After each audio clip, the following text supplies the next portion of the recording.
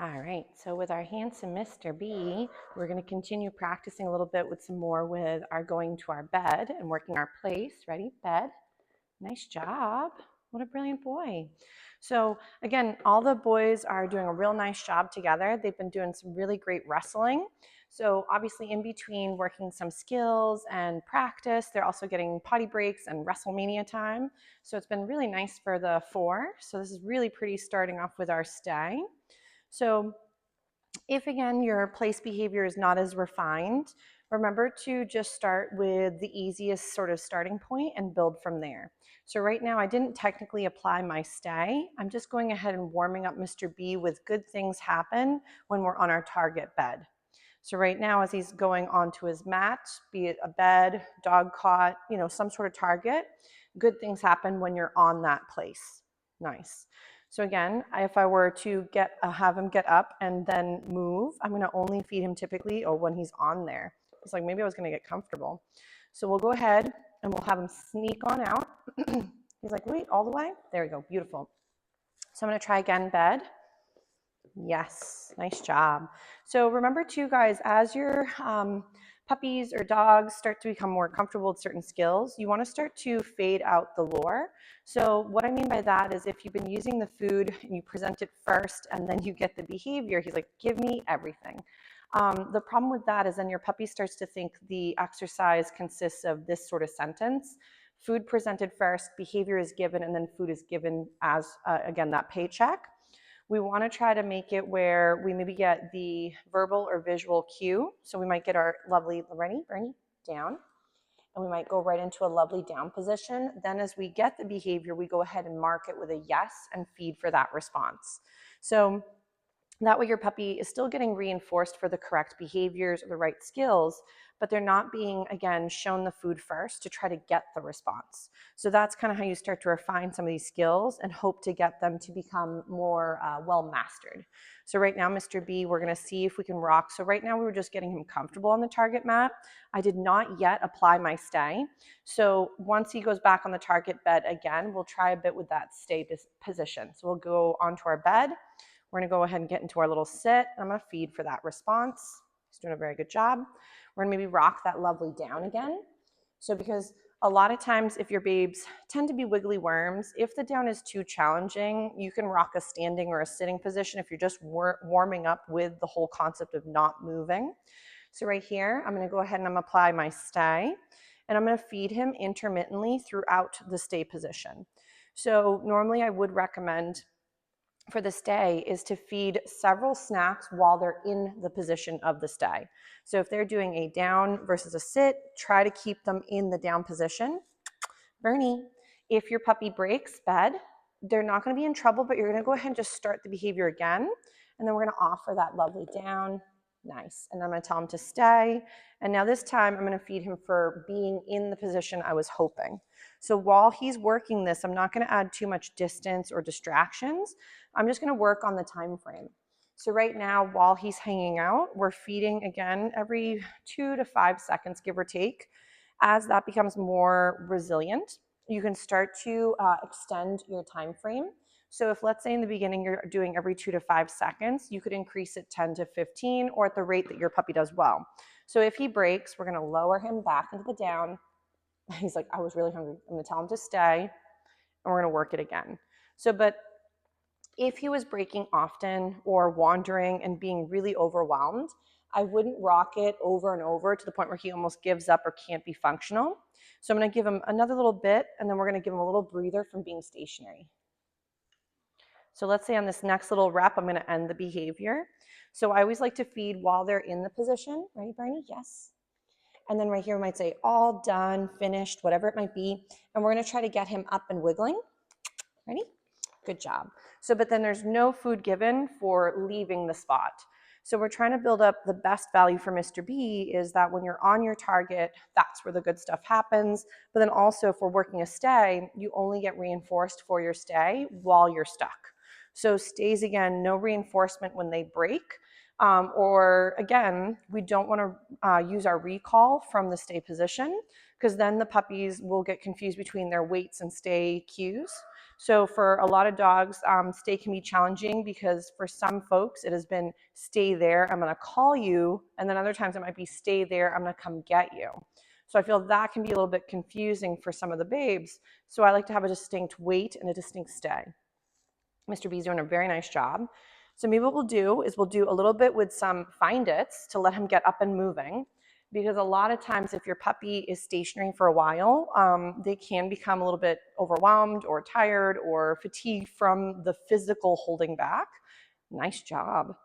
Excuse me. So I like to work it where the pups do get a chance to rotate and get up and practice something different. So that way they're not kind of like, again, being drilled on the one exercise.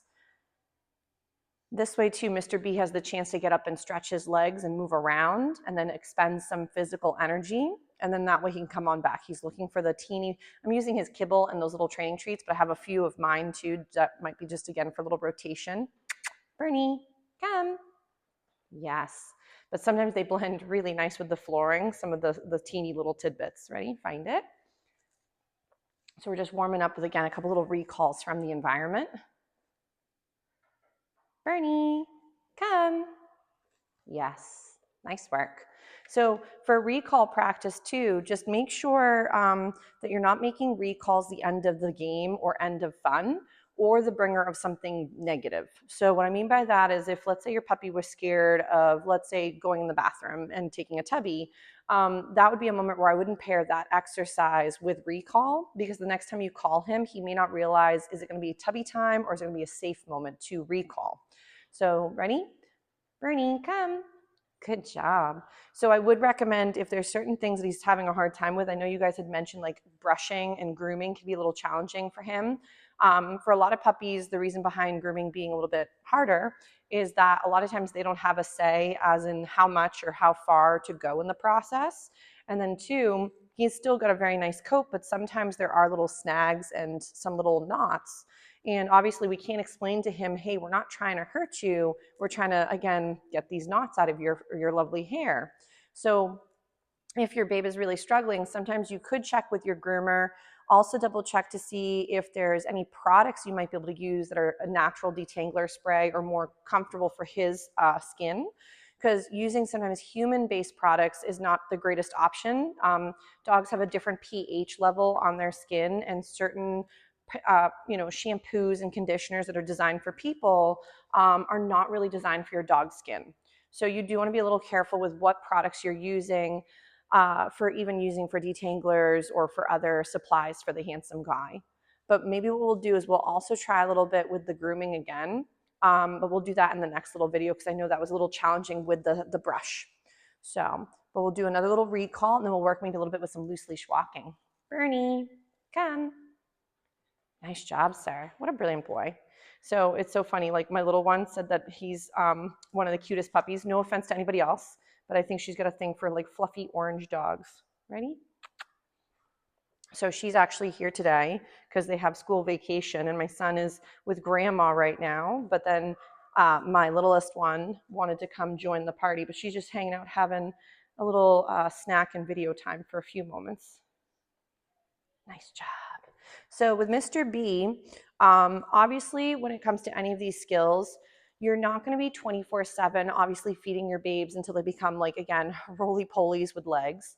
But I would recommend view, again, all these skills or behaviors or cues as having bank accounts, which I know we've dived into a little bit in some previous videos. So if your pup doesn't have enough deposits into one account, they may not find that account valuable or that behavior then something they'd like to offer. So a lot of these skills have zero value to our pups. So we have to try to make them seem valuable from our pup's perspective. And for some of the babes, it's through food, others it's through exploration, others it might be through play, tuggy toys, whatever they find valuable or fun. Ready? So we'll do another little find it. See if he can find that bad boy out over by the wall. He's like, I don't know, this is so hard. And that's okay. If he doesn't find it right now, he'll find it later. So I'm just going to work him a little bit now on my left side versus my right. He's also taking his food really nice and softly. I know he's a little slimy, that's so typical. But if you're ever finding that your puppy is taking their food a bit gruffer, so their mouth becomes a bit hard, it's either one, they can be really excited over the food itself, and that kind of that arousal makes their mouth become a little bit more wild. It could also be the factor that sometimes they're stressed out or overwhelmed, and then that can lead to a harder mouth. So if you're finding that your pup is more mouthy at times, it could more than likely be sort of a window into how they're feeling. So those are things to think about. So we'll go back to our bed. Ready? And we'll see if we can work a little bit more again with that stay. Ready? So we'll get a little sit. We'll see if we can try a sit stay for now. So again, we'll tell him to stay. And we'll see, he's like, oh, I'm really pooped out. If, again, your babe goes into a down, I'm not a huge stickler. The main goal is that he's not moving from the position. But if we knew he was going to be more tired and more likely to go into a down, I maybe would have started there. So things to think about for when you're practicing. If you notice there's little patterns, like maybe your dog does do a better job with a down stay than a sit stay, might as well choose the down stay if that's the one that's successful. If he goes and wiggles, ready, bed, we'll just replant him and we'll start again. So we'll maybe go right into that down, and I'm going to tell him to stay. Nice. So now this time I'm going to make sure I'm not making it too challenging. I want it to be really successful.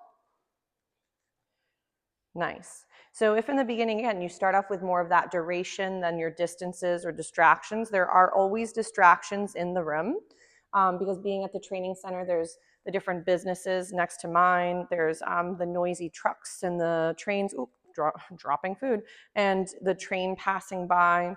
And of course, then there's the other students that are also sometimes playing and or wanting to join the party again out here. But Mr. B is doing really nice.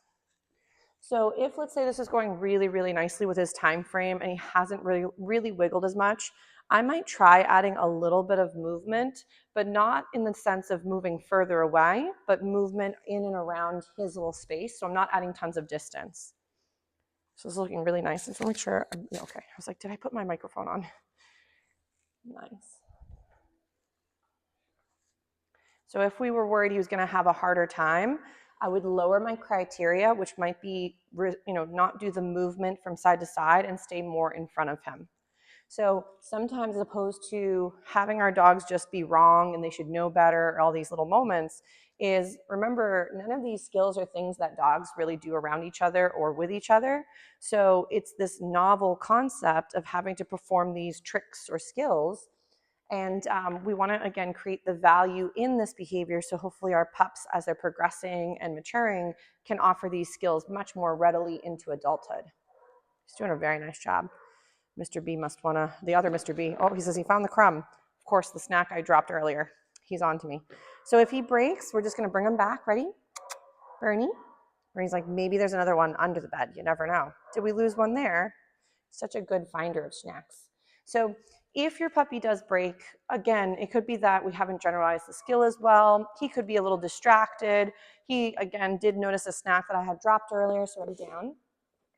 Very nice. So very pretty. So right here, I'm going to go ahead and feed. What a smart boy. I think my heat's going to pop back on, so that'll make a nice noise. Nice. So if your puppy does break like he did, so he got up and he wiggled, I would just replant him and then see if you can go ahead and end it on a good note where you guys were both successful. So you might say, all done. We might wiggle our fingers. Ready? He's like, oh my gosh, I'm exhausted. And of course, now he's like, I don't want to get up. Ready? Come on, Burns. There we go. Good job. So he's not getting a reinforcement for the dismount from his bed and for walking and getting out of the stay. But we want him to think there's a lot of great value in being in the target. So that's where he gets fed, is typically either on the place if you're working with a bed or a cot or a target item. Or if you're working a stay, those can happen anywhere. But they're not going to, for example, have to have a dog bed always associated with it. So you could do a stay in the middle of the woods. You don't have to bring your dog's bedding with you to work that stay. But typically I do keep stay for my dog bed and then anywhere else. And my weights happen everywhere except for the dog bed. So that way it doesn't get confusing. But he did a really nice job. So I'll maybe move this out. Oh, he's like, no, I'm going to go on it. We're gonna move this out of range just for a second. We'll try a little bit more with some of that loose leash walking. Ready? He's like, I sure am. So when doing some of this lovely loose leash walking, you can also start practicing a little bit with bringing him into like, ready? He's like, did you throw it? Into a front position. So if Mr. B has never really rocked a front, you can also start this in front of your body. So let's say, for example, he hasn't done much with front. Front is bringing your puppy from the side position or from somewhere and then into the front of your body. And then that way your puppy can start to orient back to you if there could be a distraction or there's something up ahead or whatever, and you want the focus back onto you versus that thing. So in the beginning, I like to start off with some food in both of my hands. You can even do this inside again, which might be the softer venue to practice. And then you're gonna show your puppy your food. You're gonna go front, and you're gonna feed the pup for when they come into your space. Good job. Oh, I dropped one right on my pants. Maybe he'll notice it. Here, we'll lower it to the floor. So then from here, he's still in the front of me. I'm gonna go, ready, Bernie? I'm gonna go front and then feed for that. And then I'm gonna turn him around just so we can be back in camera sort of range. And for the front, they will eventually sometimes be sitting or doing another position. For right now, if he's standing, no big deal. So front, and then I feed one of those snacks. Front, and I feed. Front, nice. So I'm building up value and moving into the front of my legs. So then, as you could be walking or meandering or doing something together, you may go from, ready? Walking, and then you might bring him into the front. Bernie keeps hoping I'm throwing them. Bernie's gonna get better at this, so don't worry. He's just not as sure. Right there, nice. So even moving into my space again from in front of me, we'll start there. Nice. So we're gonna try again by the leg, and I'm gonna show him the food this time, and I'm gonna lure him into the front. Nice. Because last time he was getting a little confused, thinking my hand out could have been a find it. So we're gonna again bring him into front. And don't worry if it's not the most beautiful dance moves you've ever done in the beginning. So if he's not always as fluid or as comfortable, front. It may not be the prettiest, oh, that was very nice. It may not be the prettiest thing when you first start off because you're both working on something novel. Nice. So then from here, oh, good sneezes. You could technically bring your puppy back to the side position and then feed them for being sort of more by the side of your body, and then you could continue on your walk that way. Ready? So working through, oh my gosh, chewing. Working through fronts and side positions can be helpful to keep, oh my gosh, chew them, to keep it more engaging and kind of creates a little bit more fun for the babe versus like a stagnant like walking where they have to focus the whole time. That's really challenging. So I would also make sure that your walks, oh good sneezes, also consist front of working sniffing walks as well. So again, we'll bring them into the front. And now let's say I want to bring him again either to the left or the right, whichever side you guys prefer, pick whichever one works. You could lure him, ready? He's like, oh my gosh, my brain melted. So I might take a little step with him and then have him go back to the side and then feed him here. So since he is a bit of a longer gentleman, you may find that for going back into the side or finish position, whatever side you want to call it or behavior slogan-wise, pick something that makes sense to you guys. But some people call it finish or back into heel if it's on the left side. It's whatever makes sense. I normally call mine finish, but it's whatever you guys prefer. So right here, we might go into the front. And right now I am luring him, but later you would simply do some hand signals or potentially verbal cues only down the road. So now he's in front of me and I want to bring him back towards my side. I use my hand to lure him next to my body into a side position. And I might feed him a couple snacks there. And again, this is mostly just his kibble. And now he gets a jackpot moment. Oh, good job for being right by my leg. Good job. So we'll feed for that. But maybe what we'll do is we'll give Mr. B a little breather from some of this. I want to see if we can practice a little bit with some of that sort of grooming and a few other skills too, to get him more comfortable with like the slicker brush or something similar. Good job. So we'll do a nice little find it for this beautiful boy and give him a little break.